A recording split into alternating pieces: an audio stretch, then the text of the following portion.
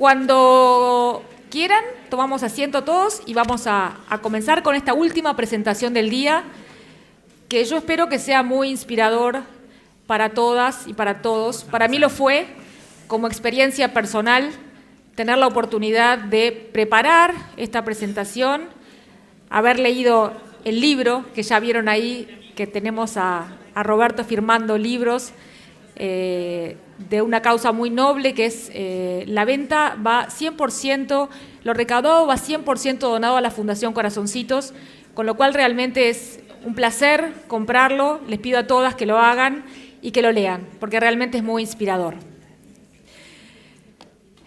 Para los que no me conocen, mi nombre es Silvina Rocha, yo soy directiva de OMEU desde 2016, con la nueva directiva que preside Elena Tejera. Además, soy fundadora de una empresa de comunicaciones Cuatro Manos, es una empresa de comunicación periodística, que hoy ya la han mencionado porque, bueno, apoyamos también la difusión de las actividades de OMEU. Mi empresa está especializada en el manejo de la comunicación corporativa, especialmente en el manejo de situaciones de crisis, y yo creo que por eso me eligieron para estar aquí hoy. En mi especialidad, en la comunicación, una crisis es un episodio inesperado que afecta, en mayor o menor medida, la imagen pública de una empresa u una organización. La palabra crisis proviene del griego y es un sustantivo femenino, lo cual no es raro, porque si de algo sabemos las mujeres es de crisis. En la vida, la crisis es una situación compleja o un cambio en el desarrollo de un hecho o de un acontecimiento. En la medicina esto no es muy distinto y el doctor Canessa seguramente lo sabrá. La crisis es un cambio relevante y repentino en el curso de una enfermedad o de un estado de salud. Pero sin duda lo más difícil de una crisis es superarla. Pero cuando la superamos, entendemos que lo valioso de una crisis es lo que se ha aprendido de ella, lo que nos ha dejado.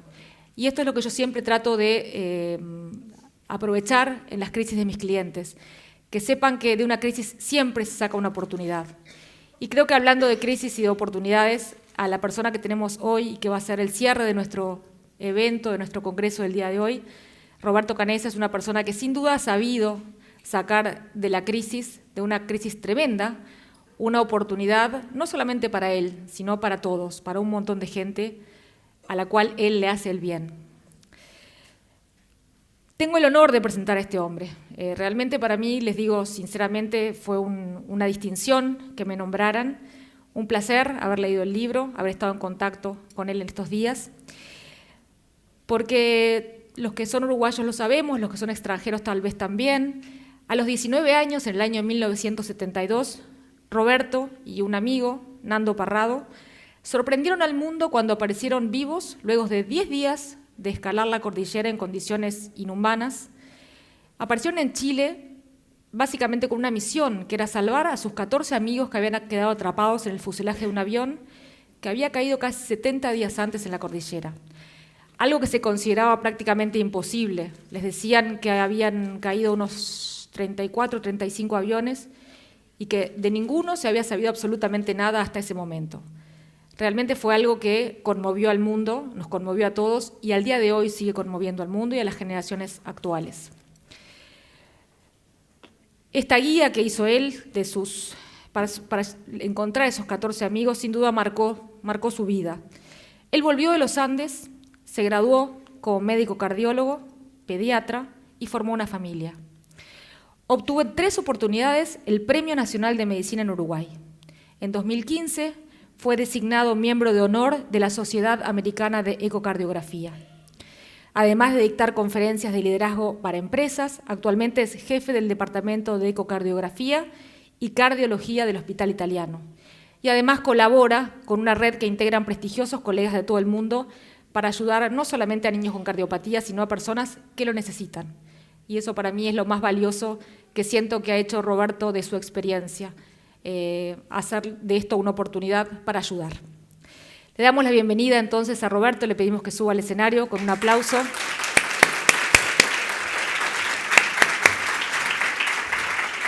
Un placer. Hoy acompaña a Roberto quien escribió el libro que ustedes vieron allí, que yo tengo acá. Pablo, te vamos a pedir si subís también a acompañarnos, porque tú tenés mucho que ver con esta historia, la historia que se cuenta en este libro. Pablo en 2008 escribió también el libro La Sociedad de la Nieve, es el segundo libro que escribe vinculado con la temática. Este libro que hoy tenemos acá y que ustedes lo van a poder comprar allí, como yo les decía, lleva vendidos en Uruguay unos 16.000 ejemplares, va por la 8ª edición, lo cual para quienes saben de libros esto es realmente una cosa impresionante. Pero no solamente acá, en Estados Unidos lleva vendidas más de 100.000 copias, fue traducido al inglés para muchos países de habla inglesa y estuvo durante meses en el primer puesto de ventas en Amazon en libros no ficción. Esto es realmente un dato muy relevante. Bueno, además fue traducido al chino mandarín y otros idiomas, lo cual le da una trascendencia impresionante. Bueno, nada, yo les quiero agradecer realmente que estén acá. Quiero que esta experiencia que Roberto nos va a contar nos llegue al corazón, les llegue al corazón, los ayude a entender que esto de la vida, que no es fácil, que vale la pena, que a través del corazón hay un montón de cosas que se pueden alcanzar. Y me gustaría compartir un video con ustedes que sin duda los va a conmover, y es la idea, que se vayan a quedar conmovidos y con una experiencia totalmente distinta. ¿Podemos ver el video, doctor? Avanti. Y en el momento del accidente ya se desprendió parte del avión, con lo cual parte de nuestros compañeros ya desaparecieron y no los volvimos a ver nunca más. Muertos en el accidente hubieron aproximadamente 4 o 5 personas. Muchos heridos bastante graves que ya la primera noche fallecieron. Prácticamente ilesos hubieron 2 o 3 compañeros que fueron los que nos ayudaron con los heridos. El primer día fue un día agotador realmente porque tuvimos que sacar los heridos que estaban trancados entre los asientos y entre los fierros y acomodarlos como pudiéramos, y era un día que nevaba mucho y hacía mucho frío. Es decir que el primer día quedamos exhaustos hasta que nos cayó la noche y la noche seguía así entre los lamentos de los heridos. El primer día fue trágico. Una intensa operación de rescate se pone en marcha y causa expectación en la opinión pública.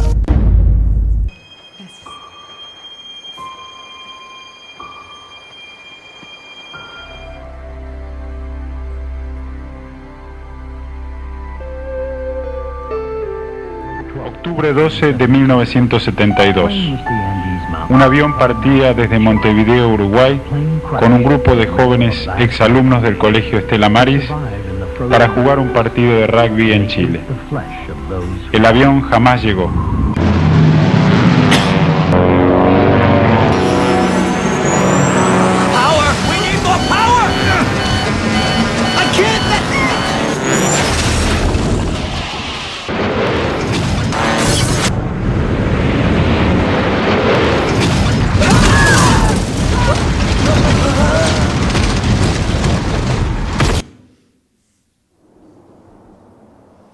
Estaba vivo, el avión estaba parado y sentí que me había salvado.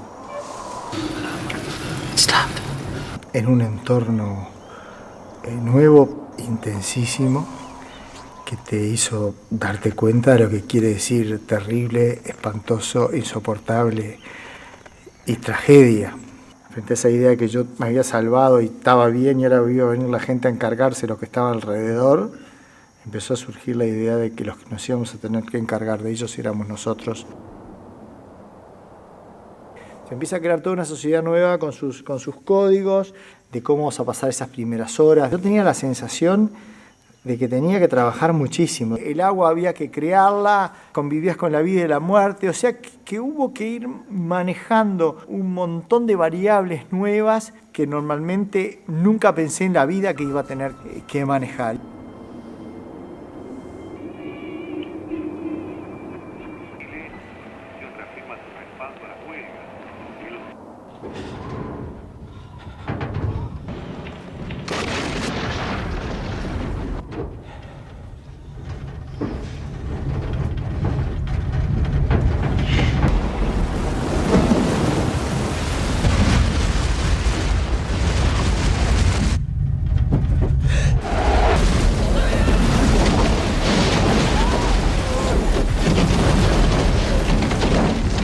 No hay fórmulas de sobrevida. Hay 16 que sobrevivieron, hay muchos que los mató el alud.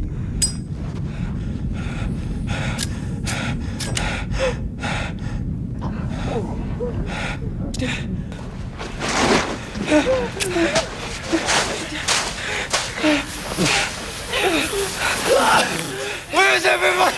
I don't know. Shine the light over here. Shine the light over here. Get him out. Pull. Pull him out.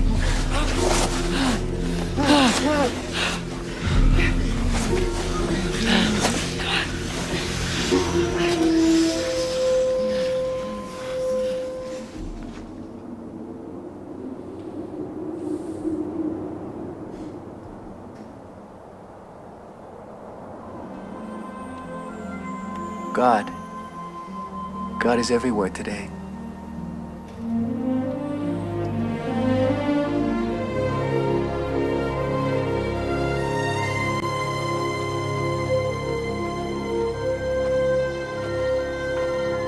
Esa duda de si vamos a salir caminando o si vamos a esperar que nos rescaten se terminó. De acá hay que salir.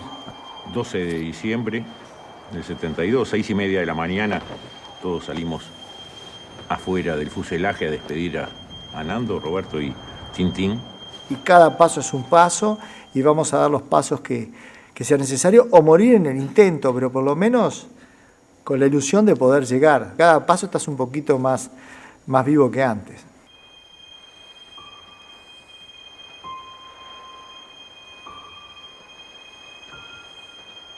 Ahí iba toda nuestra esperanza, ¿verdad? En esas piernas iban nuestras vidas.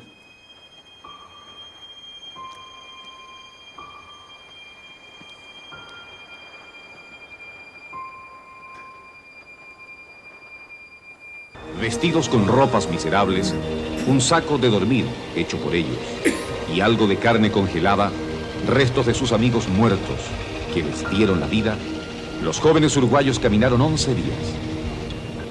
Y yo pensaba que estaba metido en algo que probablemente el éxito o el fracaso no era la finalidad, sino el esfuerzo en sí mismo, el darlo todo.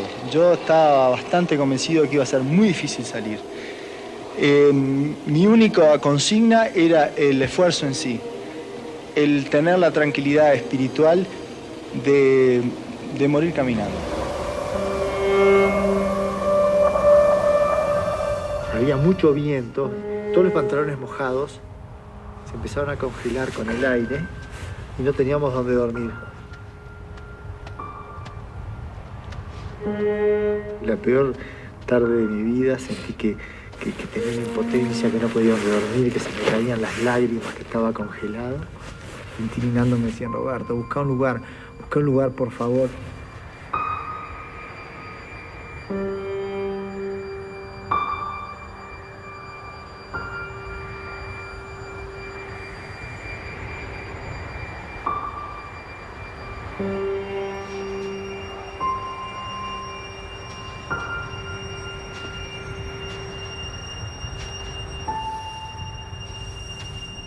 Y al final encontramos una esplanadita, pusimos la bolsa de dormir, se calmó el viento y todo este, imagínate, todo este valle blanco, blanco, blanco, blanco. Sentí que era un privilegiado de poder estar en este lugar, que era la única persona que era capaz de ver esto.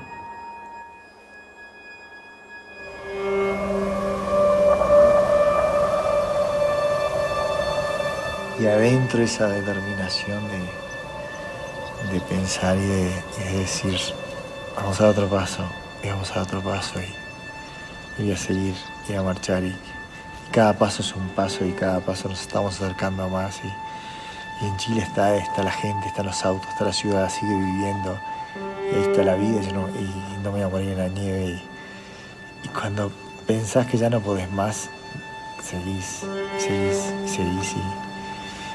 y te vas enterrando y vas maldiciendo, y te da bronca contra todo y sin embargo arrancas de vuelta.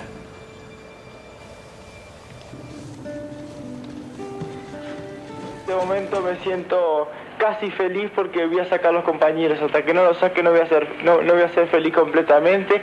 Y por los compañeros que fallecieron estoy contento porque sé que están en el cielo. Un mensaje en Navidad para los compatriotas de Uruguay. Bueno, que hay que tener fe en Dios, que es lo que une a la gente.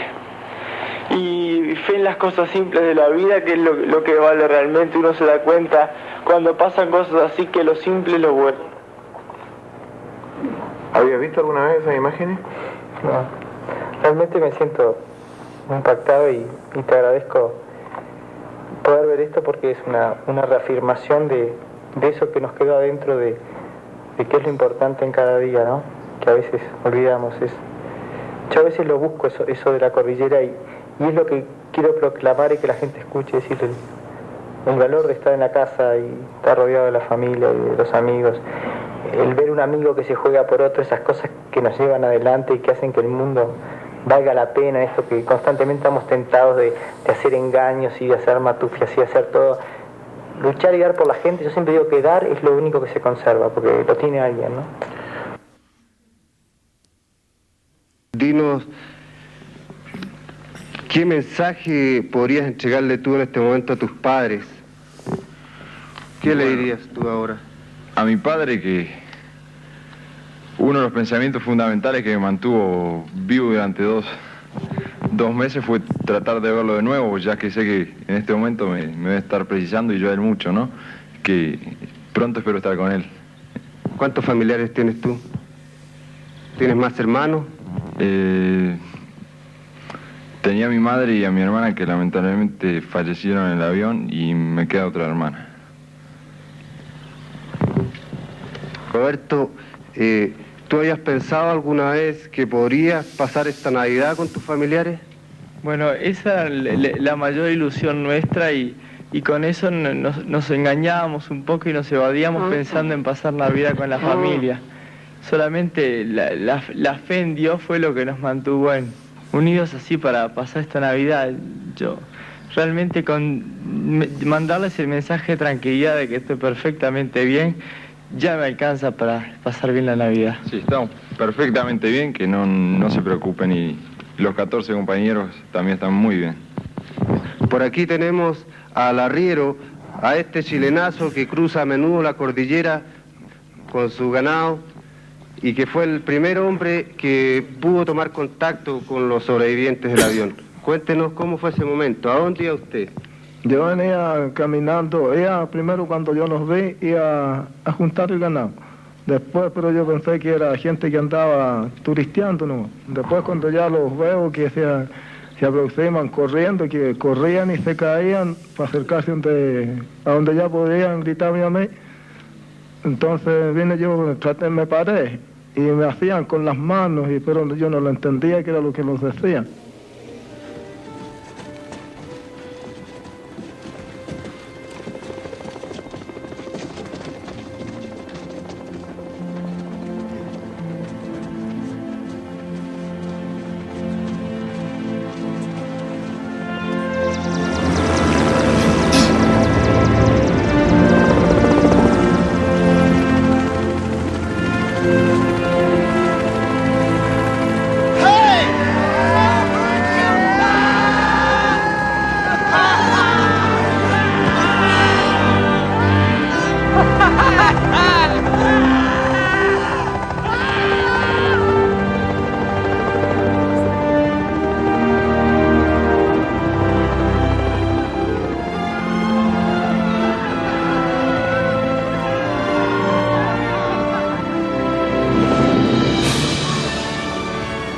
Sé que papá hizo todo eso para los demás y que no lo hizo. Bueno, si lo hizo también para salvarse, como dijo hace un ratito, que lo hizo por sus compañeros, porque él podía tirar todo y dejar que se salven como quieran y quedarse ahí en la nieve, pero hay que seguir, un espíritu de lucha increíble. Tenés que seguir, porque si no te matás. Los 16 sobrevivieron. Héroes, semidioses, simplemente seres humanos enfrentados a una situación límite en la cual el hombre exhibe sus debilidades junto a su inagotable reserva de fortaleza y heroísmo, su capacidad de entrega, junto a la vocación de sacrificio y humildad, que los llevó a dar la medida de sí mismos y de los verdaderos valores de la vida. They see me as a hero, they call me a hero, but I deeply inside, and I know it, I'm not a hero. I didn't want to be on that crash. I didn't want to spend 72 of the most terrible days of my life in that place. I didn't want to feel the way I felt. I didn't want to lose my mother. I didn't want to lose my sister. I didn't want to lose my friends. I didn't want to be a hero. I didn't know a book was going to be written.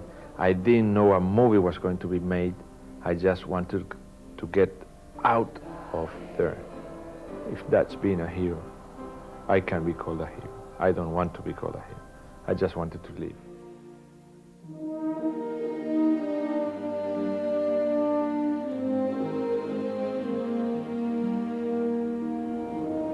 Roberto, as a young medical student, knew that the protein in the corpses would help his friends survive.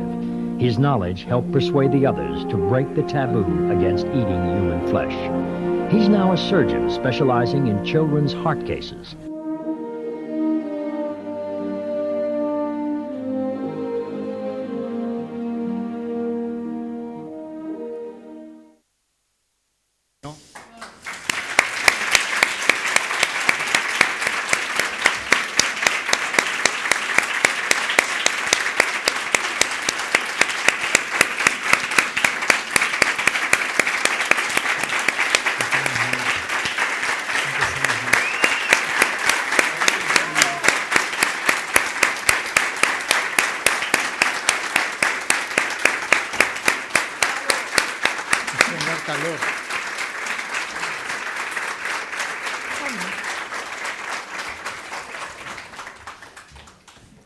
Misión da calor, tantas mujeres lindas.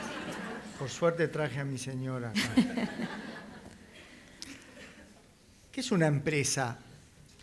Una empresa es una ilusión, un sueño y una estrategia que nosotros hacemos entre medio para lograr esa empresa.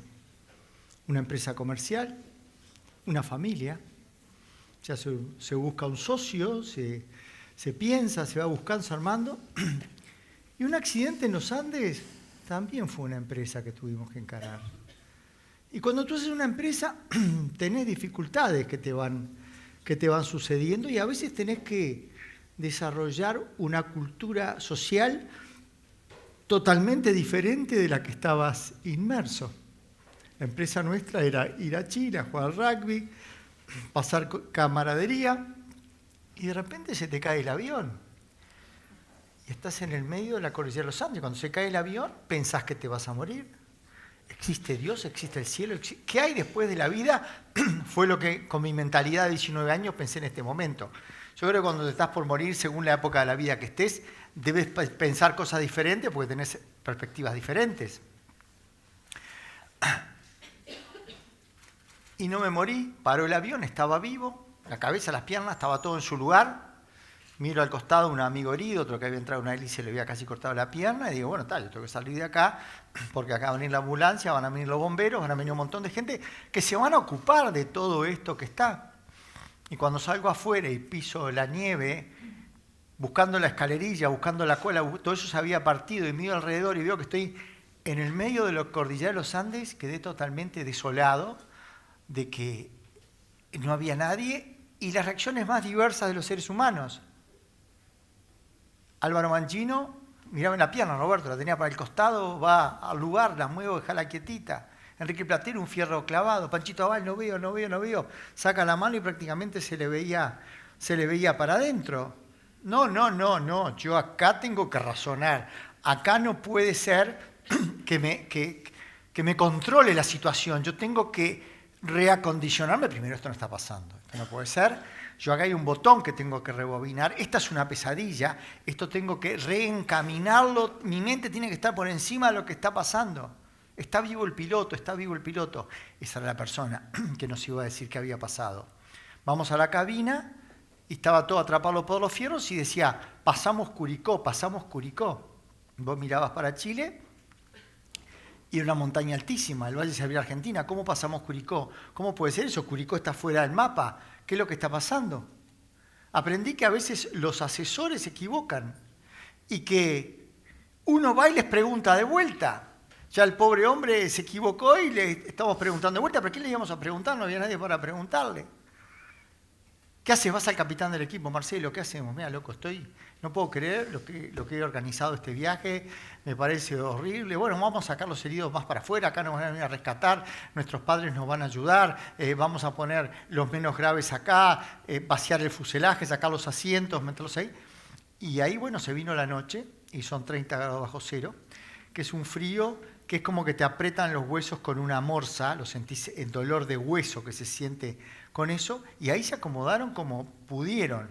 Yo sabía que en la parte de adelante del avión había como un lugar con una red, que era como un cubículo, que vos tirabas los bolsos de manos ahí adentro, y como el fuselaje no bajó derecho, sino que se torció, ahí quedó como una hamaca paraguaya. Entonces, bueno, voy a ese lugar, pues no vine a pararme arriba de todos los eterios, que había mucha gente. Y bueno, llego a ese lugar y una persona que no había visto en mi vida me dice, por favor, abrazame, que me muero de frío. Y era Coche Inciarte, y ahí pasamos los dos abrazados sin conocernos. Mientras que si el infierno del Dante existe, yo creo que el grito y los lamentos de los heridos y la discusión y todo fue esa noche. Así que al día siguiente, cuando amanece y veo que entra el sol y entra la luz, empecé a tener sensaciones muy extrañas. La primera era que me daba paz que los heridos más graves se hubieran muerto, porque no estaban sufriendo ellos y yo no tenía esa angustia de no poder hacer nada para ayudarlos. Lo segundo es la sed.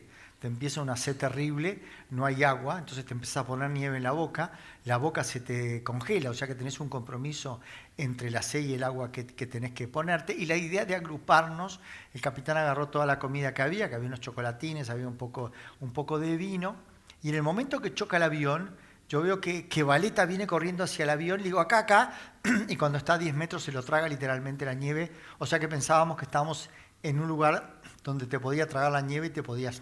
O sea que no podíamos dejar el fuselaje, pero ¿cuál era el plan? No, nos van a venir a buscar, acá nuestros padres deben estar desesperados, deben haber buscado dónde está el avión, así que tenemos que mantenernos juntos, y empiezan a pasar los días, empezamos a hacer agua con la parte de atrás de los respaldos del avión, de los asientos los cueriamos, sacamos todas las frazadas con la cobertura de los asientos que eran de lana, buenísima en ese momento, y cuando sacamos la parte de atrás de los asientos vemos que tiene una chapa de aluminio, que ahí ponías nieve y gota a gota podías hacer 1 litro de agua cuando había sol, 1 litro de agua para un grupo grande, y lo veo que se agarra el agua y se la lleva. ¿Y dónde vas? ¿Te la vas a tomar solo? No, se la voy a llevar a Arturo, que tiene las piernas rotas y está tirado. Y empezás a ver cómo el ser humano, cuando es despojado materialmente de todo, empieza a crecer espiritualmente. Y aprendí que realmente lo material nos anestesia de lo espiritual, que no podemos quedar atrapados de lo material, porque realmente no hace salir esa generosidad del hombre de compartir algo tan importante como era una botella de agua. Y bueno, teníamos una radio. Roy Harley sabía que si vos le conectabas a uno de los tornillitos del sintonizador, escuchás. 33 aviones cayeron en la cordillera de los Andes, nunca vieron sobrevivientes, es prácticamente imposible que haya sobrevivientes, ha nevado mucho estos años, se ha comenzado la búsqueda, pero va a ser muy difícil rescatar los restos. ¿Vos sabés lo que es que te decreten muerto estando vivo? Que escuches en la radio, que te da ganas de gritar por el cable, no, por favor, ayuden, no nos abandonen, ¿dónde está la desesperación de nuestros padres? Pero empieza a ver en tu mente, capaz que no nos encuentran. ¿Y cómo vamos a salir para salir de este lugar? Y ahí empiezan a hacer pequeñas expediciones alrededor del avión, empezamos a ver que la nieve se puede caminar de mañana cuando está duro, y el hambre que te agarra y sentís que tenés que tirar algo en la barriga y te empezás a comer los cinturones, la pasta de dientes, todo eso iba marchando, y ahí no hay más que piedras, hielo, ni siquiera agua, que comemos, y ahí empieza tu cuerpo a pedirte algo de comer. Yo creo que lo más poderoso de esta historia es que yo estuve ahí, así que yo les cuento lo que me pasó. No digo que esté bien, que esté mal, que les parezca, cada cual pensará, pero sí que es verídico. ¿Qué le pasa al ser humano cuando no le queda absolutamente nada para comer y siente que se está agotando? nos comemos los muertos. No, ¿cómo te vas a comer los muertos? ¿Qué sos, un caníbal, un animal? ¿Cómo vas a hacer eso? Cada mente es diferente. La mente mía, capaz que estaba en segundo año de Facultad de Medicina, es el cuerpo humano tiene proteína, tiene grasa, o sea que este combustible sirve, me faltan los carbohidratos. Yo sabía que en el ciclo de Krebs abajo vos podés pasar de proteína a carbohidratos, o sea que el combustible servía. Javier Metol dijo, bueno, si Jesucristo en la última cena dijo, este es mi cuerpo, esta es mi sangre, pero yo no me sentía ni Jesucristo ni la última cena. Tenía que tomar esa decisión de ir a cortarle un pedazo a un amigo que estaba muerto.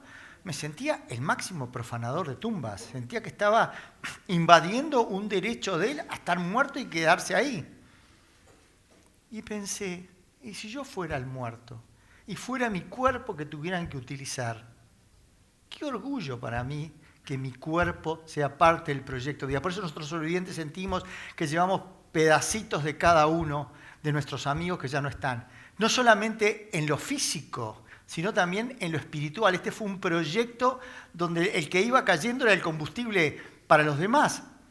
Y no solamente fue algo difícil, sino que se fue tornando en algo común. Y hay algo interesantísimo en esa historia, que la capacidad del ser humano de no perder el sentido del humor es lo que le produce la cordura. Y ahí Gustavo Servino, un día muy solemne, dijo, loco, si yo me muero y a mí no me comen, vuelvo y los mato a todos juntos. Gustavo, mirate lo que sos. ¿Quién te va a comer a vos? Va a ser envenenarnos. No, loco, no puede ser. Bueno, y bueno, se transformó en algo común que teníamos que hacer todos los días, pero el problema era realmente si nos iban a rescatar. Y al 10º día, el Coco Nikolic dice, loco, tengo una buena noticia para darles. Esa disyuntiva de si salimos a caminar o si nos quedamos en este lugar, se terminó. De acá vamos a tener que salir por nosotros mismos porque acabo de escuchar que se suspendió la búsqueda. No puede ser, nos abandonaron. ¿Dónde estamos? ¿Cómo es esto? Y bueno, ahí empiezan a hacer algunos expedicionarios. Sale Gustavo Servino con Daniel Masponzi y Numa Turcati. Entran a escalar. Pensás que esa roca que llegase en 2 horas, demorás 4 horas, 2 puntitos. Iban a escalar por donde cayó el avión para ver un lado y otro. De noche, no los vemos más, desaparecen. En el rosario de la noche vamos a rezar por el alma de Gustavo y por el alma de Numa y de Daniel que no volvieron. Y empezás a sentir que la muerte te va acercando. No llorás los muertos, sino que ves tu propia muerte que se te avecina. Tu amigo muerto que está ahí a 2 metros es igual a ti y hay una línea muy tenue. Y te empezás a preguntar, ¿la próxima estación será el cielo, el infierno? ¿A dónde es que voy? ¿Qué soy? ¿Cómo voy a hacer para salir de acá? ¿Quién me va a ayudar? Se suspendió la búsqueda. ¿Quién me va a ayudar? Y me va a ayudar el creador de todo esto. Si esto lo hizo todo Dios, tenemos algunos puntos de vista diferentes, porque hágase tu voluntad en el cielo como en la tierra, a mí déjame en la tierra. Yo sé que para un cristiano ir al cielo es lo mejor que hay, pero a mí déjame acá, ayúdame, pero déjame acá. Y empezás a tener una relación con Dios totalmente diferente. Yo conocí un Dios en los Andes que era muy diferente del colegio. El colegio era el Dios que te decía todo, que no mientas, no roben, insulten, no. Y era un Dios, sí, por favor, Dios, ayúdame. Es el Dios que me ayuda cuando un paciente está gravísimo y le digo, por favor, sálvamelo, Dios, dale una manito más. Ese es el Dios que conocí en los Andes y es el Dios realmente de los momentos difíciles. Así que ahí estábamos en esa sociedad de la nieve que habíamos creado, donde la comida eran los muertos, que no es lo peor que nos pasó, porque en esta historia hay una manera de verla de afuera. Si ustedes son los que se salvaron porque se comieron los muertos, y hay otra decirles que esto no fue lo peor que nos pasó a nosotros. Es una historia contaminada afuera que dice, ustedes están resucitados, no, yo nunca estuve muerto. Ustedes son los héroes de los Andes. ¿A ustedes les parece que nosotros podríamos sentirnos héroes en ese lugar que no teníamos ni baño ni para lavarnos, donde estaban los restos de nuestros amigos que no eran capaces de enterrarlos porque ni siquiera había tierra, ni siquiera había energía, caminabas 10 metros y parecía que se te salía el corazón por la boca? O sea que esta historia, lo importante es ver realmente lo que pasó, porque la realidad a veces es diferente de cada uno. Y aprender también que el que sobrevive no es el más inteligente ni el más fuerte. Sobrevive el que tiene ganas de vivir, el que tiene una sonrisa. Esa es la persona que, la voluntad de vida, yo creo que es de las cosas más lindas que aprendí de la montaña. Así que bueno, estábamos en la situación, se había abandonado la búsqueda, algunos muy valientes salían a caminar, hacíamos agua cuando podíamos, cuando había sol. A las 4 de la tarde las nubes cubren el valle, la temperatura sube, te metes para dentro del fuselaje y ahí empezaba lo que nosotros llamábamos la prosa. Che, ¿qué vamos a hacer cuando volvamos? Si tenés una idea buena la decís, si tenés una idea mala te la guardás. ¿Cuál es la mejor idea cuando volviéramos? Poner un restaurante. Claro, con el nombre que tenía. Hablamos con Elena Tejera, ponemos un restaurante que nos dé las recetas, sería totalmente brillante. ¿Y cómo lo vamos a decorar? Y que vamos, che, no me cambiás de lugar, que tengo que ir a... Pero loco, estamos perdidos en la cordillera, venís a decirme que te cambie de lugar. Y de repente se paraba uno y dice, ¿dónde vas a buscar una Coca-Cola? No, pero no es que está delirando, tráeme una a mí, mirá, y si es verdad y me pierdo la Coca-Cola. O sea que muy normalitos no éramos, ¿no? Pero en ese ambiente ahí, y me acuerdo que decían, che, esto es lo peor que puede estar un ser humano, porque estamos acá metidos en el fuselaje. ¿Esto es mucho peor que cadena perpetua o no? Y sí, loco, cadena perpetua, tenés agua, tenés comida, podés hasta leer un libro. No hay peor condición del ser humano que en la que estamos nosotros. Aprendí que siempre puedes estar peor, salvo cuando estás muerto. Porque esa noche que yo estaba haciendo telepatía con mi vieja, le decía, mamá, por favor, buscame, mamá, vos que crees en esa porquería de la telepatía, te mando un mensaje de que estoy vivo. Y claro, y se ve que le llegaba, porque casi todas las madres que esperaron a sus hijos volvieron. Y a Laurita, mi novia, que éramos novios a los 14 años, decía, por favor, buscate a otro, ya me alcanza con mi madre, ¿viste? Podrás casarte con otro, pero las madres siempre te van a estar queriendo, porque te quieren y te quieren y te quieren. Entonces, mamá, por favor, buscaron. No sé si la energía mental fue muy fuerte. Esa noche entró una luz, que entró como en el cono de un helado así, y quedé varado totalmente. No, Roberto, tenés que salir de acá. Hace un poquito de fuerza, dale, dale. No puedo moverme nada. Pa, se está afinando el aire. Pa, me voy a morir. Pa, no es tan malo esto de morirse, ¿eh? Ya me estoy yendo. Qué lindo este calorcito entre las piernas, porque mientras me moría me estaba haciendo pichí, ahí sentí un calorcito. Y en eso me destapa Roy Harley. ¡Soy Gustavo! No, boludo, soy Roberto, está parado arriba del pecho, no puedo respirar. Y de ahí salimos, como pudimos, desesperados, a desenterrar amigos. Pasaron 2 saludes más por encima. Se murieron 8 tipos más. Yo decía, ¿qué es esto? ¿Qué es esto? ¿Qué sensación más extraña? Veía a un amigo muerto y le decía, loco, qué buen negocio hiciste. Porque de acá se abandonó la búsqueda, estamos enterrados vivos. Vos ya te moriste. Debe ser que yo debo haber sido mucho peor tipo y tengo que sufrir más tiempo. Voy a demorar más la agonía, porque otra explicación no puedo entender acá. No tengo nada más que la vida. Y la vida es como una semillita caliente que tenés en el pecho. Y dije, yo voy a seguir a ver qué pasa acá, a ver cómo es esto. Y el otro día vimos que era de día porque entraba luz por la ventana a través de la nieve. Y empieza Carlitos Páez. Loco, ¿saben qué día soy? No, Carlitos, ¿qué día es hoy? Hoy es el día del cumpleaños de la Beba, mi hermana más chica. La verdad que uno a la hermana más chica siempre dice, esta guacha, vas a jorobar, no sé qué, pero qué ganas de verla y de abrazarla que tengo yo. El año que viene va a cumplir 15 años y vamos a hacer un asado en Casa Pueblo, vamos a llevar chorizo, morcilla. Cállate, Carlitos, vas a jorobar con tu hermano, estamos muriendo acá. ¿Qué me importa tu hermana? A vos no te voy a invitar, porque el asado lo vamos a hacer y vos sos un amargado. Porque de acá vamos a salir. ¿Y cómo? De acá vamos a salir. Entonces aprendí que en la vida los momentos más terribles son las pequeñas cositas que te van sacando. Son los pequeños pasitos que tenés que seguir dando si querés salir y de las cosas más básicas. Y bueno, eso está en la génesis del hombre, cuando creo que Fausto se está por suicidar en el primer capítulo del libro y escucha las campanas que le recuerdan la infancia y se acuerda de su vida anterior y todo. Y aprendí a buscar en la vida que viviste para poder seguir adelante y a no desanimarte. Y ahí, bueno, empieza esa nueva etapa de expediciones, de Nando que empieza, vos músculo, ¿por qué no me acompañás a salir? Tintín salió y dice que puede salir. Además estuve hablando con Fito, me explicó todo, Fito me dijo que teníamos que salir, que te convenciera vos. ¿Él sale? No, él dice que salgamos nosotros, ¿no? Es un boludo, te está mandando al frente, él no va a salir. Nando. Iba caminando por el costado del fuselaje y estaba Arturo Nogueira con las 2 piernas rotas haciendo el agua y me dice, yo te miro a vos, Roberto, y realmente pienso, qué bien se debe sentir este loco. ¿Cómo? Igual que vos, ¿no? Al mismo lugar. No, loco. No sabés lo que es estar acá tirado y ser un parásito y depender de tipos como vos que tengan el coraje de salir caminando. Me mató. Dice, vamos a mirar el mapa. Hay cosas que no sabemos, pero hay cosas que sí. Al oeste está Chile. El 21 de diciembre es el equinoccio de verano.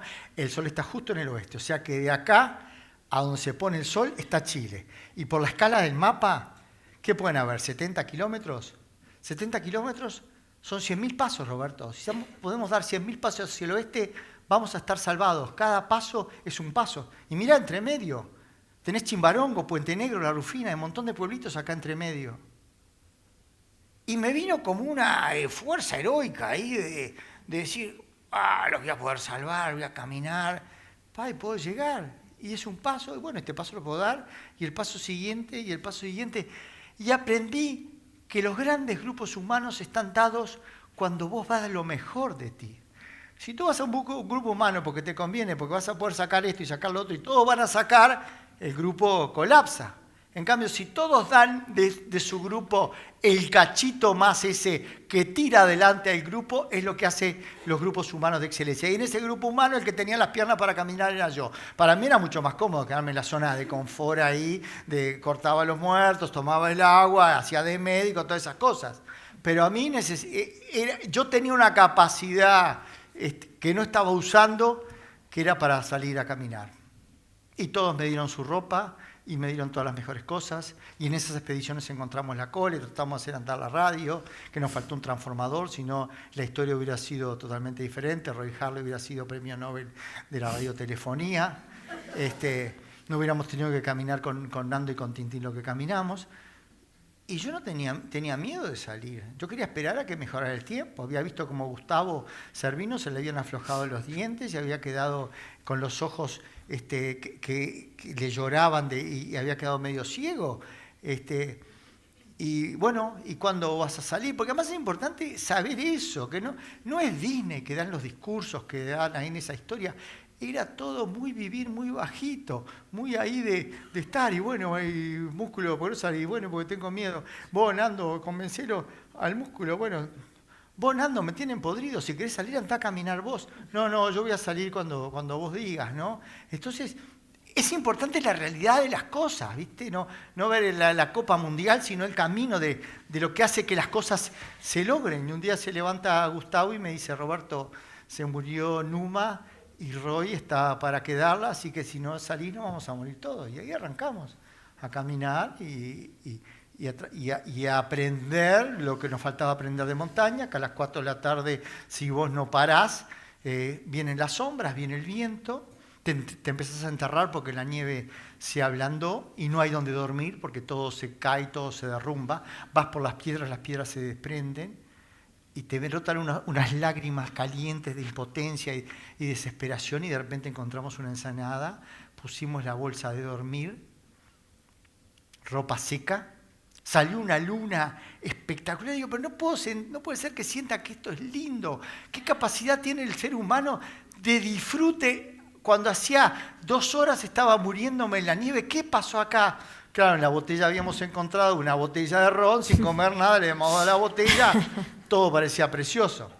Y al día siguiente, esos 3 piquitos que yo miraba de abajo, decía, ahí está la cima, llego ahí, estoy seguro que voy a ver Chile para un lado, Argentina para el otro, metiendo 33 pasos por los 33 orientales, parar para recuperar y de vuelta, y cuando llego a los 3 piquitos, veo que quedaban 3 picos más. Y aprendí en la vida que la cima no está donde vos crees. La cima está donde se le antoja.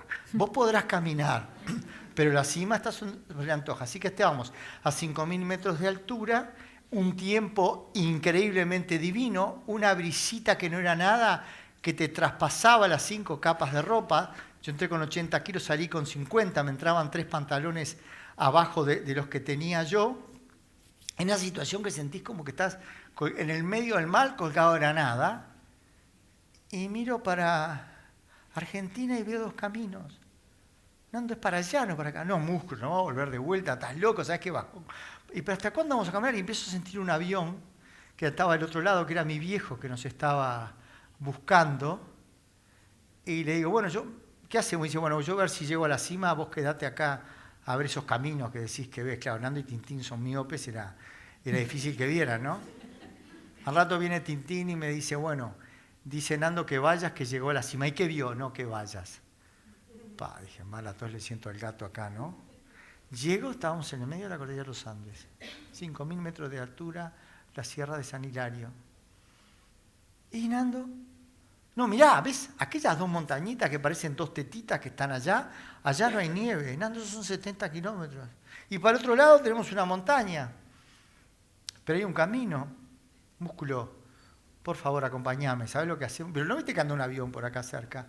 Y bueno, mandamos a Tintín para abajo, tenemos más comida, más espacio en la bolsa de dormir. Habíamos hecho una bolsa de dormir con los materiales de aislación de la calefacción del avión, que son todos caños de plástico que están forrados por unos paneles de nylon en los dos lados, como un sándwich, material aislante en el medio, y los habíamos cosido con las agujas de que llevaba la madre de Nando. Las señoras siempre llevan esas cosas. Yo creo que las mujeres no se salvaron porque era muy poquita nomás, no veo otra razón.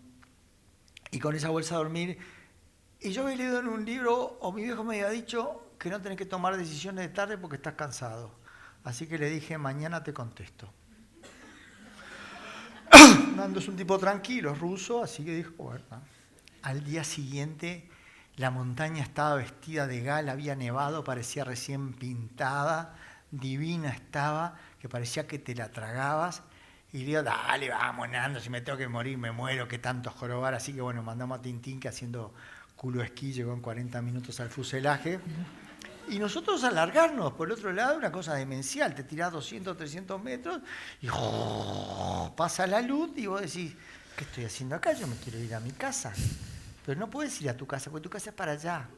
No es que volvés, es ir. Solamente ida, después una parte de unas gargantas de piedra, después un glaciar que parece que es peligrosísimo, y siempre hielo, nieve, y yo sentía que bueno, que me iba a morir como tanto que se habían muerto, y un atardecer veo que se pone el sol al final del valle y sigue brillando.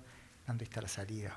Cuando viste el sol brillando después de las 5 de la tarde, y cuando vamos a ese lugar, se terminaba la nieve, la línea de la vida y la muerte, un chorro de agua que salía, un cacho de pasto verde, y una lagartija que me miraba, que parecía, pero vos no estabas muerto, ¿qué estás haciendo vos acá? Y ahí agarré una piedra para llevarla a mi novia y dije, bueno, capaz que todavía se acuerda de mí, capaz que me quiere, le voy a dar esta piedra, vamos a ver qué pasa, porque parecía que le iba a ver. Y ahí empezamos a caminar por el otro lado. Por supuesto, esto es una historia llena de errores, es una historia de lo que no importa caerte, sino levantarte de vuelta, pero vas en contacto con la vida.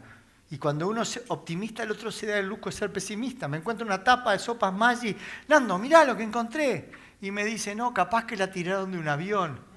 No seas boludo, ¿qué pensás? ¿Que la gente va en la ventanilla y tira cosas para afuera del avión? Y después encuentro una herradura, digo, ¿y ahora qué?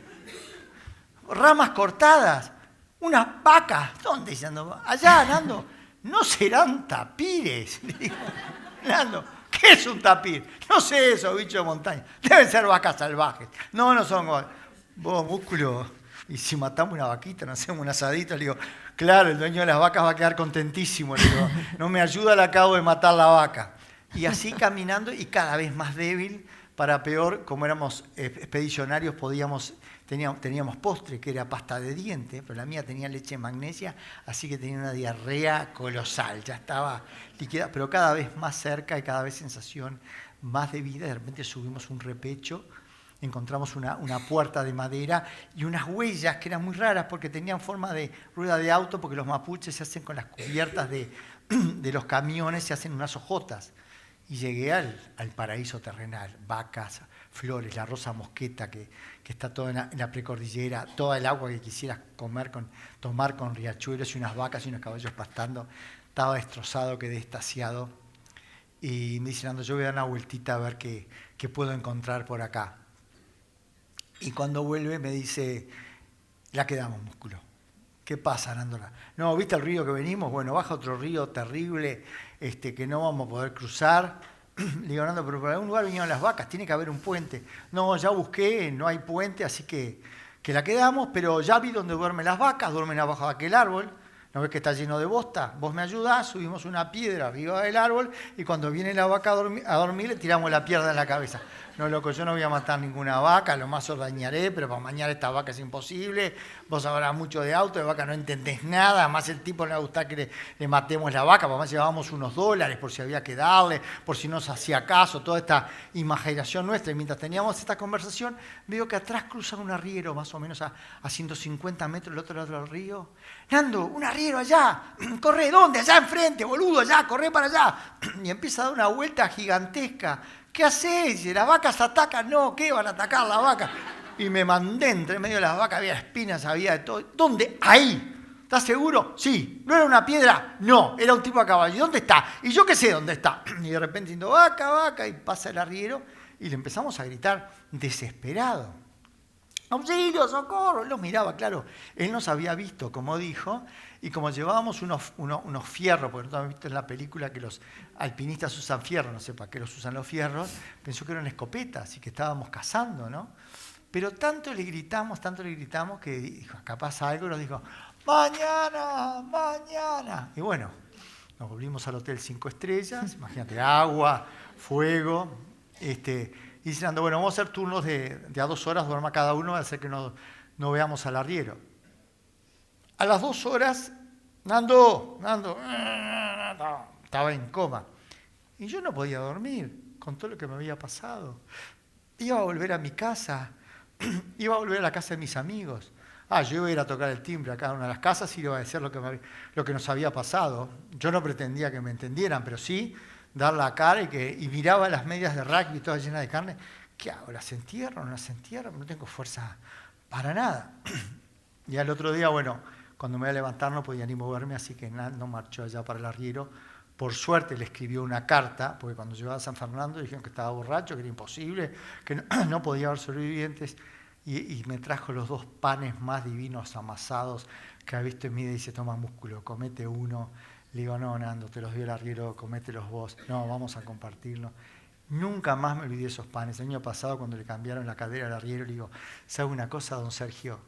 Pasaron 40 años, pero nunca me voy a olvidar los 2 panes que le tiró usted a Nando.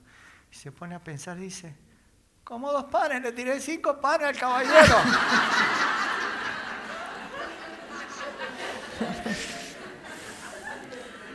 Nando, ¿cuántos panes le tiraste al arriero? No sé, músculo, no sé, se puso a parpadear, sí, ya se me está cagando. Y bueno, ¿y dónde estaba mi novia? ¿Se habría enterado que estaba vivo? ¿Me estaría esperando? ¿Se habría ido de compras a Buenos Aires? ¿Se habría buscado otro? ¿Qué le pasó en esos 2 meses?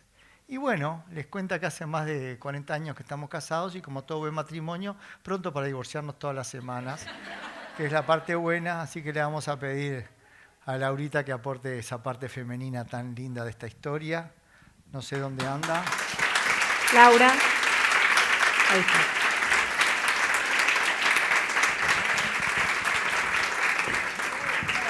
Acompáñanos, por favor. Gracias. Hola. Voy a estar un minutito nomás. Bueno, en aquella época los 2 teníamos 19 años. Ahora no sé qué le pasó a su pelo. Iba todos los fines de semana a verlos jugar al rugby a la cancha y entonces era amiga de todas las chicas novias y de todas las familias. Y cuando se cayó el avión se nos murió toda la primera división del club y fue fuertísimo para toda la comunidad nuestra. Y además íbamos todas las tardes a las 6 de la tarde a un radioaficionado, como eran las comunicaciones antes, que nos decía cómo iba la búsqueda. Y ese año nevó más que en 40 años, así que cortaron la búsqueda antes.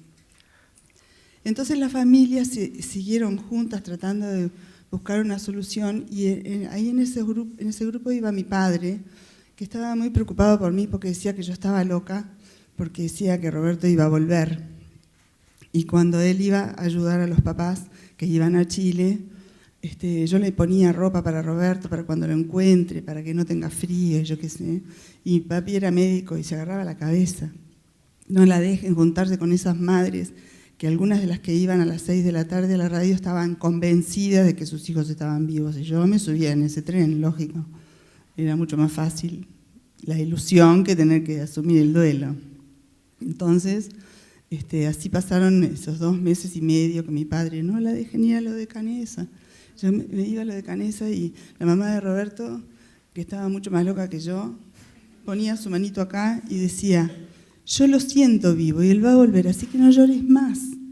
Entonces yo, chocha, volví a casa, que Roberto va a volver y yo qué sé, bueno. Un día, no sé qué me pasó, que me dio por la producción, me fui a la playa a quemarme, me corté el pelo, me arreglé las uñas, esas cosas de las chicas, y llego a mi casa mejor que en otros días, y mi mamá estaba con una cara espantosa, y yo le dije, por favor, cambia la cara, es el primer día que me siento bien. Y me dice, no puedo cambiar la cara porque hay 2 uruguayos que vienen del avión y no nos dicen los nombres, y yo no sé qué decirte. Entonces, nos fuimos a la radio y pasaron horas de horas, para mí habrán sido horas de horas, y no dijeron los nombres, y como eran las comunicaciones, se cerró la comunicación hasta el otro día, porque era así. Y entonces mi papá me dio una pastillita para dormir y me prometió que si había noticias me despertaba. Después lo único que me acuerdo es que eran las 2:30 de la mañana, después me enteré que estaba como incorporada así en la cama y una persona me abrazaba llorando, que era mi padre, y me decía, tú tenías razón, él está vivo. Y así fue como me enteré. Y se abrió toda la casa a esa hora y vino todo el barrio. Y me fui a ver a la mamá de Roberto y estaba también sentada en la vereda con toda la gente alrededor. Entonces esa mañana tempranito nos tomamos un avión para Santiago con la familia de él y otras personas del grupo. Y yo todo el viaje me iba pensando, imagínate, 19 años, tu novio se murió y apareció de vuelta, que te pensás que vas a tener un encuentro de Disney, ¿no? Estaba romántico, nada que ver. Estaba todo chiquitito, así, con un flaquito. Tenía todas que parecían las manos largas, de tan flaco que les habían salido pelos y los labios todos rotos, le sangraban del sol y de la lluvia, yo qué sé, de la nieve, del frío. Y la voz estaba tan débil que la vocecita era como... Ya me voy. Muchas gracias. Nos faltó que nos contara del buzo rojo aquel. El buzo rojo tan importante, ¿no? Sí. Y bueno, yo pienso que formé parte de un experimento humano, que capaz ni de formación médica, alguna mano maldita dijo, vamos a hacer un experimento, vamos a poner en la nieve personas de Uruguay que nunca vieron nieve, vamos a poner los jóvenes, así duran más, rugbyistas que dicen que son tan machos, universitarios a ver si el conocimiento les sirve de algo y si creen en Dios, que Dios se apiade de su alma. Entonces me pareció que con todas esas características, ese conejillo de Indias que fui yo, tenía que dejar un testimonio. Yo vi que Nando escribió el libro, Carlitos escribió el libro, y son todos libros muy diferentes. Y entonces digo, Pablo, ¿a vos te parece que no tenemos que dejar documentado todo esto? Y me dice Pablo, por supuesto que vamos a hacer un libro. Y así empezamos hace 10 años, ¿no, Pablo? 11 años he pagado esto, ¿no? Es un gusto, ¿está bien? ¿Se escucha? Es un gustazo estar acá. Si pueden subir el volumen del micrófono de Pablo. Es un gusto estar en este congreso de emprendedores, porque el libro que estamos presentando es una biografía de Roberto. Y es una biografía de un emprendedor, el emprendedor por antonomasia en los Andes y en su vida posterior. Se titula Liderando el Cambio, el congreso de ustedes. Cuando empezamos esta obra hace 11 años, hace un año que está publicada, como lo decía Silvina hoy, lo que teníamos en la cabeza era tremendamente ambicioso.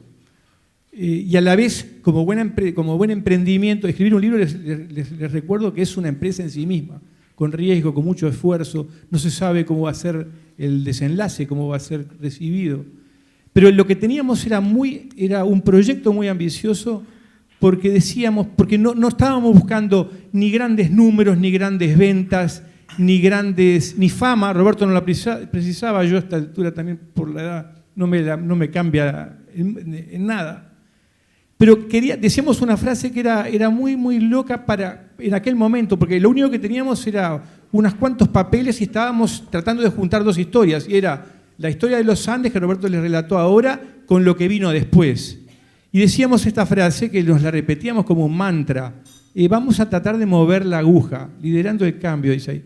Vamos a tratar de mover la aguja. ¿Hacia dónde?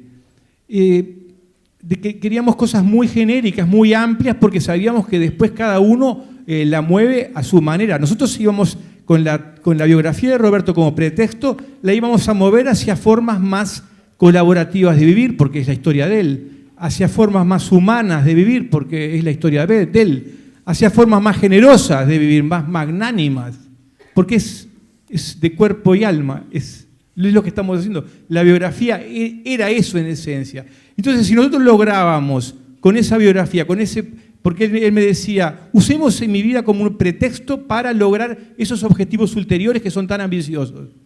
Y nos tiramos al agua y le dimos mucho esfuerzo. 10 años. Fue una empresa realmente la más larga que yo he hecho en mi vida, porque Roberto lo pidió, hagamos, como estaban incluidos también los familiares, los pacientes, necesitamos también que los pacientes crecieran, que los niños que él había ayudado a curar crecieran para tenerlos en diferentes momentos de la vida. Y así fuimos desarrollando la obra, y cuando la presentamos hace un año, como dijo Silvina, logramos lo que supongo que cualquier emprendimiento desea, y es que la convocatoria fue gigante. Entonces lo presentamos primero en Estados Unidos, y fue extraordinario. Lo presentamos luego en Gran Bretaña, en Australia, Nueva Zelanda, en China. Lo presentamos en España hace un mes y medio. Y luego lo empezamos a llevarlo como en ámbitos como este, donde tuviéramos el retorno de las personas, el retorno de los lectores, el retorno que produce conocer cara a cara a Roberto, la biografía de él, y lo que hizo después con esa biografía. Lo que hizo después con...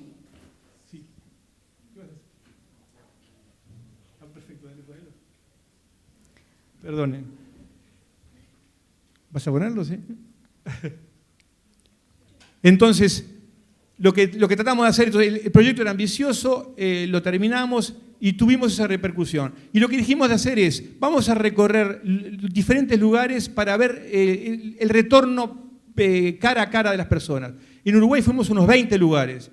Y sorprendentemente, para quien presenta libros, no van 100 personas como van a una presentación de un libro, sino que van 600, 700. En el medio del campo, en Las Canos, 700 personas. La semana pasada fuimos a Fraiventos y como se agotaban los lugares en el teatro, hicimos 3 presentaciones, una atrás de la otra, hablando de un libro. No estábamos cantando, ni haciendo un espectáculo, ni un show. Estamos contándoles esta suerte de educación emocional que es la biografía de Roberto.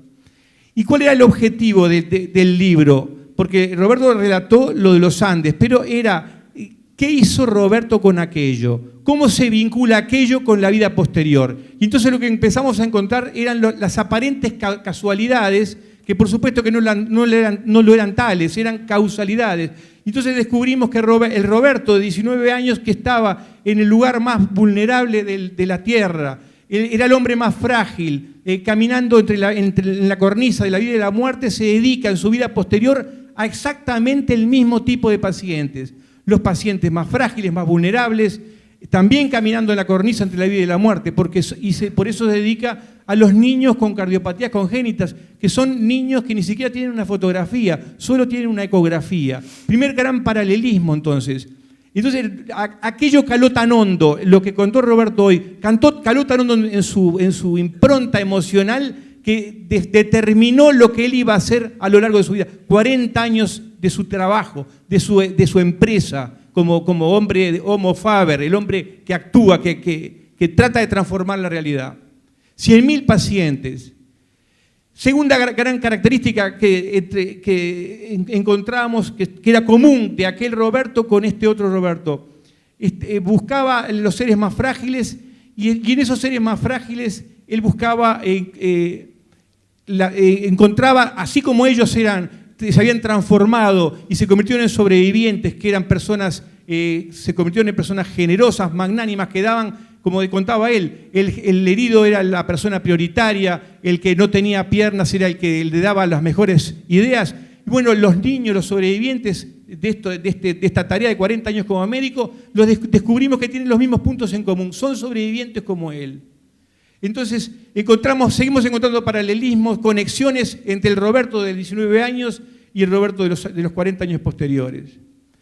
Y lo que cambia significativamente es que en aquella época Roberto era una víctima y en la vida posterior él trata de ser el rescatista. Es el Sergio Catalán al cual el Sergio Catalán no lo rescata a ellos, como lo contó recién, ellos llegan a donde estaba Sergio Catalán. Entonces ahora él asume el rol ese de rescatista y es el hombre que no hace que los niños tengan que subir la cordillera como él tuvo que subirlos, sino que él va a ellos antes de que tenga que hacer ese esfuerzo desmesurado. Entonces ese ejemplo de la vida de Roberto, que es una vida desmesurada, como una caricatura, porque es todo demasiado trágico lo de los Andes, es todo demasiado trágico la supervivencia, porque como dice él, sobrevivieron 16, pero 29 quedaron en la montaña. Entonces, lo que aprendemos es que vivir de esa manera, como decía hoy Silvina, las situaciones de crisis de esa no apocan al ser humano, no lo deprimen, no lo tiran abajo, sino por el contrario, descubrimos que sale lo mejor de ese ser humano. Entonces, él sale de los 16, sale de los Andes en representación de los 29 que murieron, y esa es una suerte no es una carga, no es una culpa, pero es un compromiso y una responsabilidad muchísimo mayor que las que nosotros tenemos. Entonces, lo que yo veo en estos 10 años que hemos trabajado juntos, lo que yo veo entrevistando a sus pacientes, es que Roberto tiene una exigencia consigo mismo, una exigencia por dar vida, una adicción por la vida, aferrándose a la vida como el mejillón a la roca costera que sortea la marea, que sortea las olas, un aferrarse a la vida que lo transmite a los otros, porque él está viviendo por sí, pero está viviendo también en nombre de 29 personas que él lleva consigo y que no es que le exijan, pero él siente que no puede hacer cualquier vida, no puede hacer una vida liviana, no puede hacer una vida frívola, tiene que hacer una vida por los demás. Y así empieza a abrir los círculos. No solamente salvarse él, como en los Andes, no solamente salvarse él, sino salvarse también los amigos que están con él. Y en la vida posterior es no solamente vivir para él, sino vivir por el círculo más estrecho de la familia, luego el círculo más amplio de los pacientes, luego un círculo muchísimo más grande que son pacientes de todas partes del mundo, porque entonces surge que Roberto descubre que la aureola de los Andes le permite, la aureola de los Andes, el prestigio, la reputación que les da esa historia épica, que es una de las pocas historias épicas en la historia de la humanidad, le permite agarrar el teléfono y llamar a cualquier centro médico del mundo y ese centro médico lo atiende. Y lo atiende para tratar al niño más humilde o al niño más pudiente, a cualquiera, todos por igual en forma horizontal. Entonces él se pregunta, ¿qué forma más digna de vivir por él y en representación de los 29 que le permitieron seguir viviendo que tener el mundo en sus manos, pero no para gloria personal, no para glorificarse, no para vender libros y salir en la televisión, sino para poder llamar a ese teléfono y que lo atienda el mejor médico. Y la semana pasada, hace 2 semanas, salió en NBC una materia, un artículo, una entrevista donde le llamaban hazaña médica, y era un paciente, Roberto, que lo habían atendido, un uruguayo, Roberto lo llama por teléfono a Jack Reicich, que es un gran cirujano en Estados Unidos, y le plantea un caso que nunca se había hecho antes, porque eso puede también hacerlo él, hacer casos que nunca se hicieron antes, porque él ya impugnó un final preestablecido de la historia. Él estaba decretado muerto y él fue a demostrar a la sociedad civilizada que no estaba muerto, que estaba vivo. Él estaba desahuciado, como estaban sus pacientes, y él viene a demostrarnos que estaban equivocados, que no estaban, que hicieron mal, que se precipitaron en decretarlo muerto, se precipitaron en desahuciarlo. Entonces, esas madres con esos niños que están desahuciados, encuentran en él no solamente un médico que se pone al hombro al paciente, encuentran en él algo más que es muy difícil de describir, que es esa mística, esa empatía, que es difícil de medirla. Ahora se está diciendo que así como se puede medir la influencia que tienen los pensamientos sobre los otros, también se puede medir el efecto que tienen las emociones sobre los otros. Y dicen que son 1000 veces más poderosas las emociones que los pensamientos en el otro. Entonces, ¿cómo medimos nosotros el efecto que le produce a una madre que tiene un niño desahuciado que llegue no solo un médico que tiene la ciencia, sino que además él es un sobreviviente, él es una persona que fue desahuciada, él es una persona que fue decretada médica como fue decretado médico su hijo? Eso le da una potencia, un poder que va más allá de lo meramente fisiológico de la ciencia y un ámbito que escapa a las palabras, es difícil de transmitir con palabras. Y el libro un poco lo que trata es de eso, es poner en palabras situaciones que son difíciles de expresar, como pueden ser las emociones y el efecto que produce en las otras personas las emociones positivas. Cómo nos enseñan este curso de educación emocional, cómo nos enseñan a ser más generosos, más magnánimos, a tener más coraje y a estar más aferrados a la vida. Y termino con una definición del libro que me parece de las más perfectas, que lo escuché de un periodista, que es una frase de Antonio Machado que dice así: moneda que está en la mano tal vez se deba guardar, pero la moneda del alma se pierde si no se da. Muchas gracias.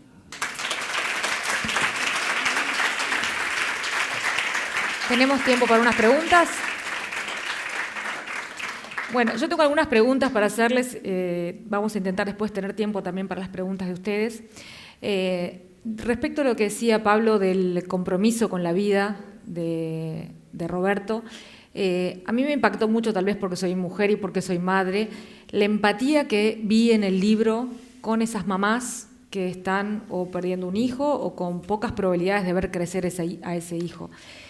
Y naturalmente me salía ese vínculo que tú contabas con tu mamá y esa telepatía con tu mamá que te estaba esperando vivo.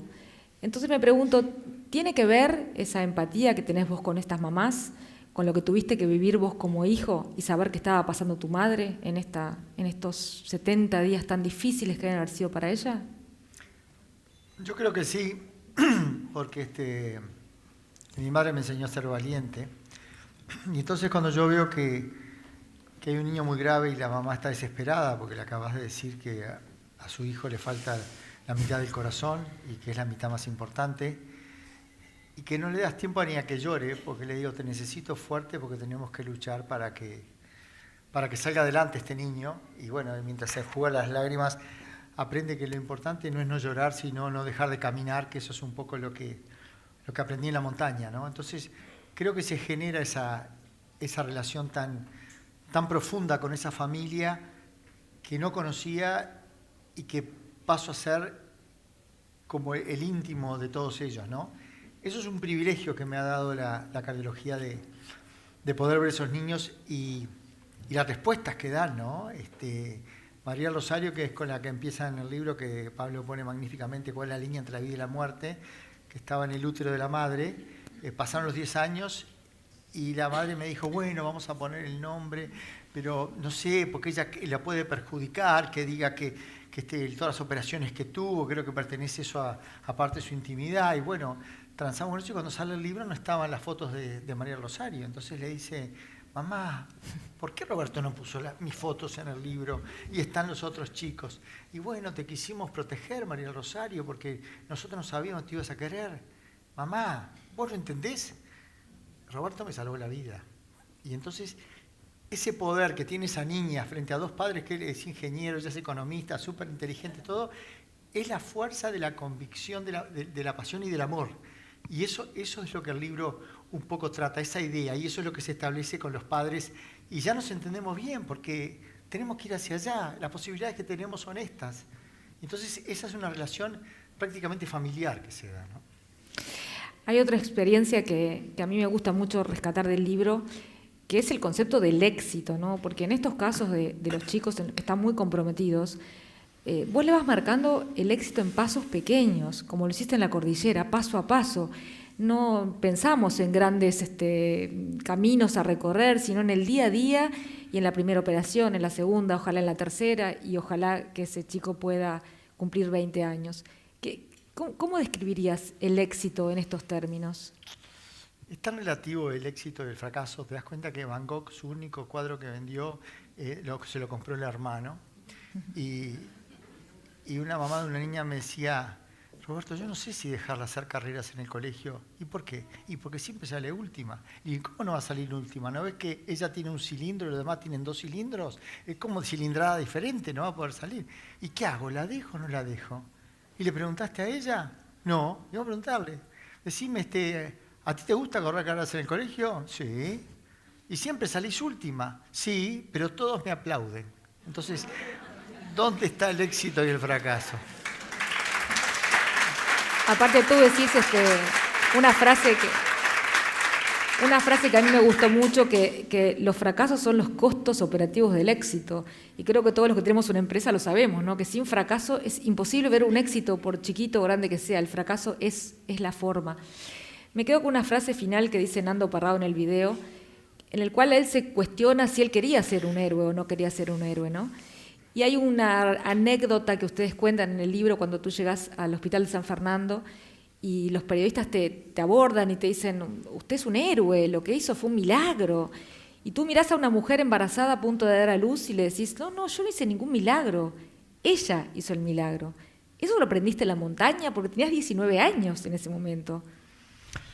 Y bueno, porque nosotros hicimos lo que pudimos en la montaña. Cuando estábamos allá arriba, me acuerdo que decíamos, che, ¿y esto lo escuchará mucha gente? Bueno, capaz que en el cine del barrio no, ¿qué van a ir todo el mundo a escuchar esto? No va a tener ningún valor. Y cuando salí de los Andes, me acuerdo que unos compañeros de facultad me dijeron, Gabriela Alcorta y Sucia Budara, vamos a medicina. Y yo, pues yo salí para vivir la vida, ¿no? Yo salí para hacer esto. Entonces fue buenísimo, porque volví a la facultad y qué superhéroe nada. Si no estudiaba, me bochaban sin ningún problema. Yo dije, esto se va a terminar. Yo no voy a estar dando conferencias 40 años después para OEMU acá en el de Sheraton. Esto es imposible.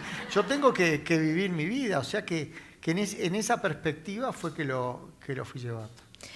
Otra cosa que me gusta mucho de la historia, como la cuentan ustedes, es la visión de las mujeres, ¿no? Primero, en la primera parte, vos hablas mucho de la fuerza que te dieron esas mujeres, ¿no? Tu mamá, Lauri, las mamás de otros que estaban en la búsqueda.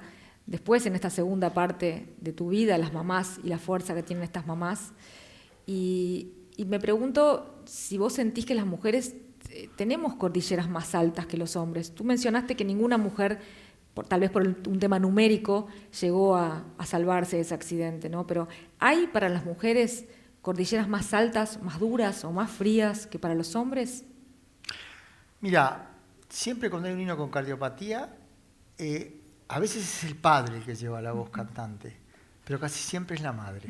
Casi siempre es la madre que tira contra todas las posibilidades. Los padres, los hombres somos más calculadores, más fríos, y yo veo que ellas ahí se ponen más el hijo al hombro, ¿no?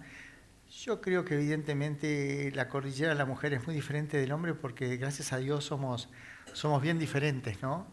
Y las cualidades que tienen las mujeres no las tienen los hombres. Evidentemente es un complemento maravilloso que hay y es como si me dijeras qué suena mejor en la orquesta, el violín o la trompeta, ¿no? Son instrumentos diferentes que hacen la gran música de la vida, sin duda. ¿Pero te parece que las mujeres enfrentamos dificultades que pueden ser más complejas que las de los hombres? Desde tu experiencia, ¿no? De lo que has vivido, no en términos generales, sino bueno, de lo que has visto. Yo creo que no hay diferencia. No hay diferencia, que el valor lo he visto en los hombres, en las mujeres, el coraje, la valentía. Eso sí, el vínculo con el hijo de la madre es diferente del padre sin lugar a dudas, ¿no?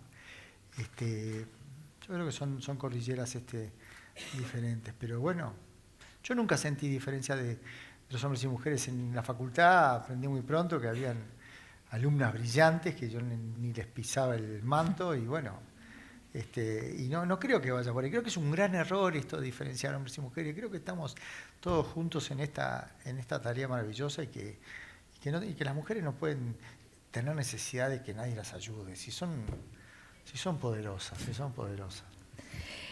La última pregunta, después vemos si tenemos tiempo para alguna más.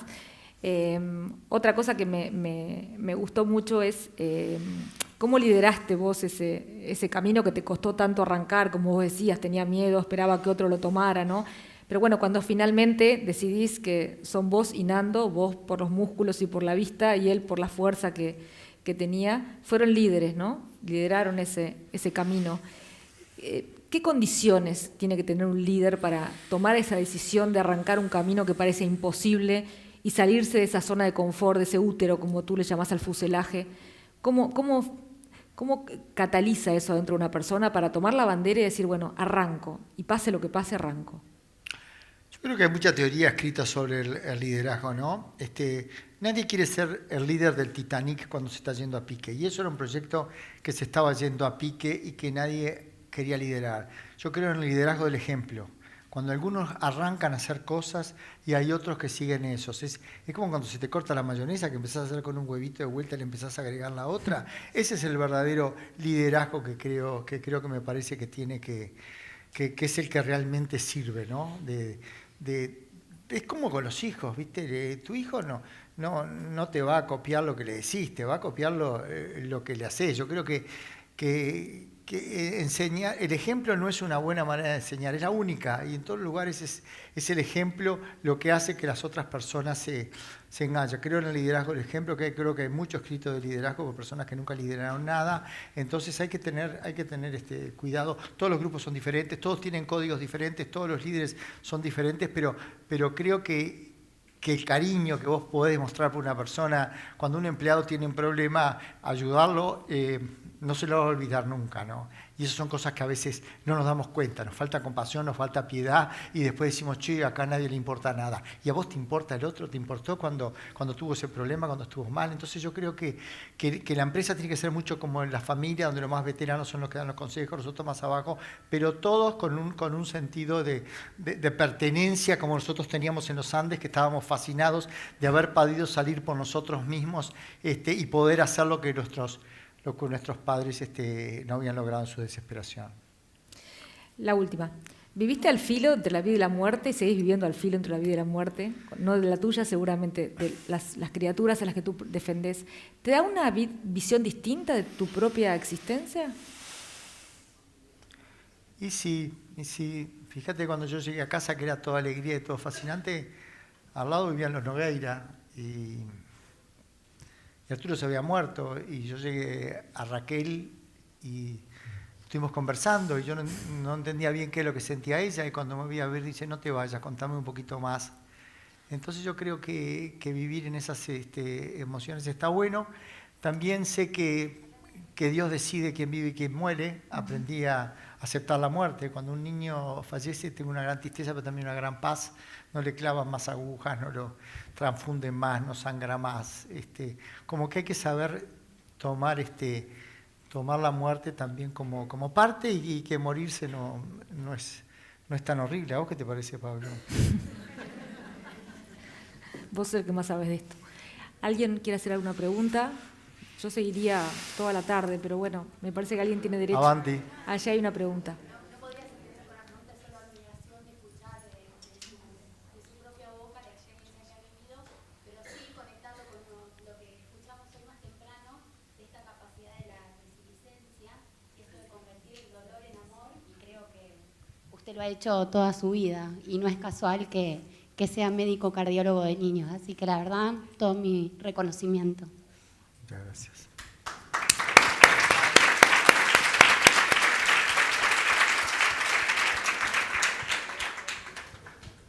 Quedaron todos muy silenciosos. Les recomiendo realmente que puedan comprar el libro, porque están aportando a la Fundación Corazoncitos, con la cual Roberto está sumamente comprometido, y vale la pena leerlo, vale la pena experimentar lo que cuentan. La vida de Roberto y la forma en que lo cuenta Pablo realmente es muy emocionante, es muy motivante, y estoy segura que las va a ayudar a entrar a una parte de su ser interior y poder sacar una fortaleza que tal vez no saben que tienen. Realmente a mí me pasó y creo que les va a pasar.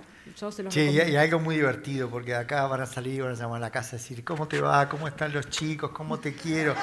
No, al contrario. Y él le va a decir, ¿qué? ¿Te mamaste? ¿Qué te pasa? No, acabo de escuchar una conferencia. ¿Y qué dijeron? Y que hay que quererse y que hay que ser buenos y todo. Pero eso ya lo sabemos. Dice, no, pero tengo un libro, te voy a mostrar el libro y ahí más o menos tenemos un fetiche ahí para. El libro yo creo que es algo personal, creo que por lo menos en mí fue una experiencia personal muy linda, como mujer, como madre, como empresaria.